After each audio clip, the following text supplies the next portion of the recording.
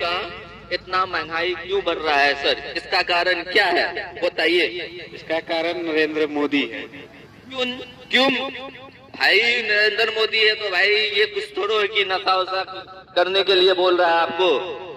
जी नहीं खाते हैं गुटखा, ना खाते हैं, ना सिगरेट पीते हैं, ना बहुआ पीते हैं, ना गांजा पीते हैं।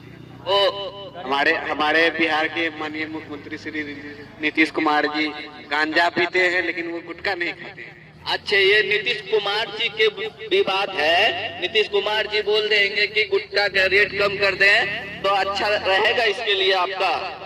बोल देगा तो बेहतर रहेगा। अच्छे, आपको नीतीश कुमार जी निवेदन है हाथ जोड़ के कि 5 रुपया गरीब मजदूर है, 5 रुपया इसका गुटखा का रेट कम कर दिया जाए, सिगरेट का रेट कम किया जाए, जो 1 रुपया बढ़ाया है उसको कम किया जाए सर।